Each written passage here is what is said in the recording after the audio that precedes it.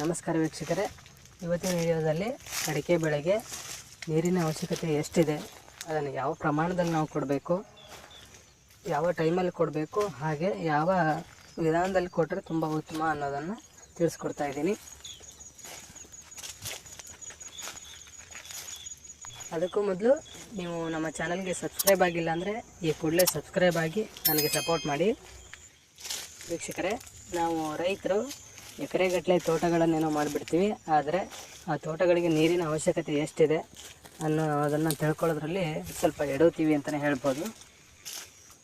ನಾವು ಒಂದು ಅಡಿಕೆ ಗಿಡಕ್ಕೆ ಎಷ್ಟು ನೀರು ಬೇಕು ಅಂತ ನೋಡೋದಾದರೆ 5 ವರ್ಷದ ಒಳಗಿನ ಗಿಡ, ಅಂದರೆ ಇನ್ನೂ ಫಸಲು ಬರದೇ ಇರೋದಕ್ಕಿಂತ ಮುಂಚಿನ ಗಿಡ ಏನಿದೆ ಅದಕ್ಕೆ ಪ್ರತಿದಿನ 12 ರಿಂದ 15 ಲೀಟರ್ ನೀರಿನ ಅವಶ್ಯಕತೆ ಇದೆ.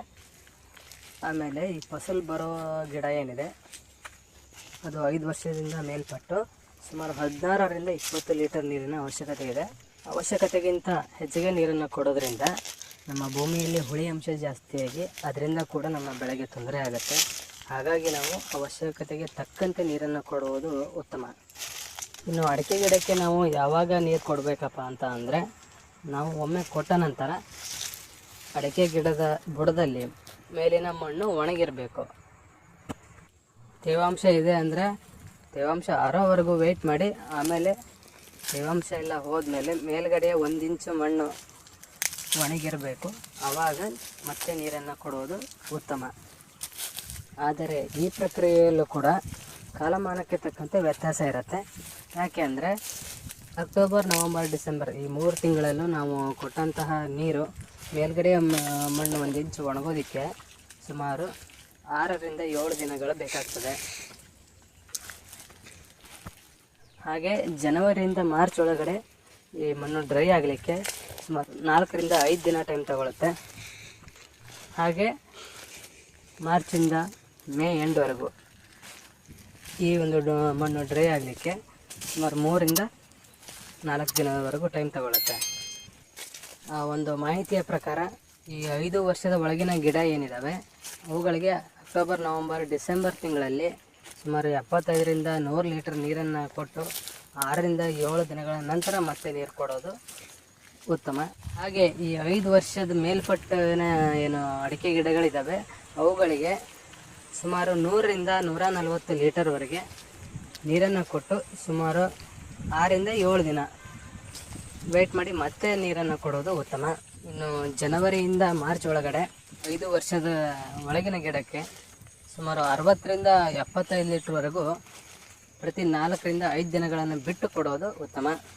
ಹಾಗೆ 5 ವರ್ಷ ಮೇಲ್ಪಟ್ಟಂತಹ ಗಿಡಗಳಿಗೆ ಸುಮಾರು 70 ರಿಂದ 100 ಲೀಟರ್ ನೀರನ್ನು ಕೊಟ್ಟರೆ ನೀವು 4 ರಿಂದ 5 ದಿನ ಬಿಟ್ಟು ಮತ್ತೆ ನೀರನ್ನು ಕೊಡೋದು ಉತ್ತಮ.